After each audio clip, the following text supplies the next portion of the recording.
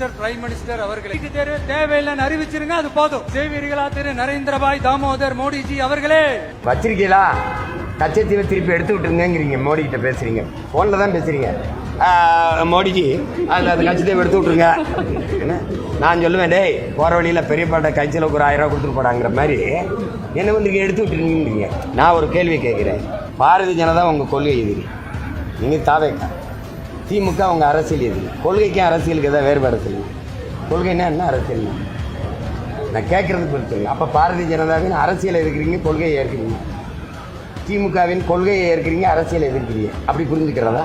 சரி, பாரதிய ஜனதாவும் திமுகவும் எதிரி. அப்போ காங்கிரஸையும் நீங்கள் அதிமுகவையும் புனிதப்படுத்துறீங்களான்னு கேட்டால் அந்த கேள்விக்கு பதில் வச்சிருக்கீங்களா? கச்சத்தீவை திருப்பி எடுத்து விட்டுருங்கிறீங்க, மோடி கிட்ட பேசுகிறீங்க, ஃபோனில் தான் பேசுகிறீங்க. மோடிஜி அது கச்சத்தீவை எடுத்து விட்ருங்க.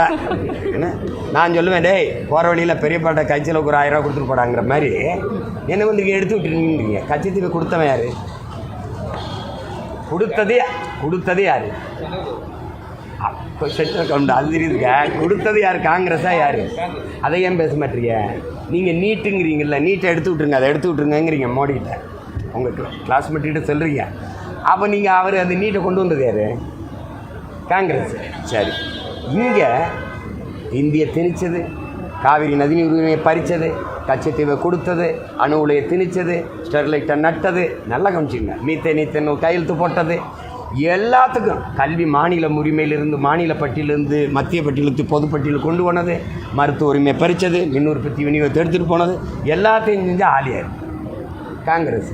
அந்த காங்கிரஸை நீங்கள் புனிதப்படுத்தின வேலையை அப்படி செஞ்சால் அப்படி கண்ணு முன்னாடி என் இனத்தை, ஒரு தேசிய இனத்தின் விடுதலை கனவை அழிச்ச இது காங்கிரஸ்.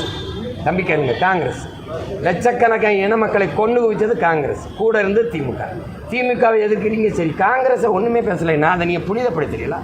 அது குற்றமற்ற கட்சியா? நீங்கள் திமுக மன்னராட்சி, சரி, மன்னராட்சியின் தொடக்கம் யார்? காங்கிரஸ். அதை ஏன் பேச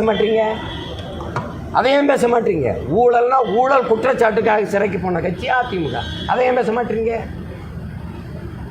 நீங்கள் துப்பாக்கி சூட்டுக்கு போனீங்க, அங்கே போய் பேசுனீங்க. அந்த கட்சியில் செத்து போன தங்கச்சியினுடைய அம்மா என்னை தாய்மாமன்னு சொல்லிட்டாங்கன்னு பெருமையாக பேசுவீங்க. துப்பாக்கி சூடு நடத்தின கட்சி இது.